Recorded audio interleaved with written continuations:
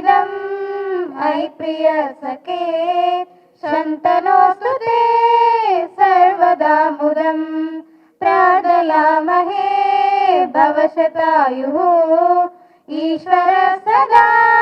त्वं च रक्षतु प्रार्थयामहे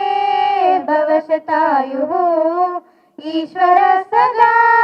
त्वं च रक्षतु पुण्यकर्मणा कीर्तिमर्जया जीवनं तव भवतु सार्थकम् पुण्यकर्मणा कीर्तिमर्जया जीवनं तव भवतु सार्थकम् जन्मदिनमिदम् अयि प्रिय सखे शन्तनोऽस्तु ते सर्वदा मुदम् शन्तनोऽस्तु ते सर्वदा मुदम् शन्तनोऽस्तु ते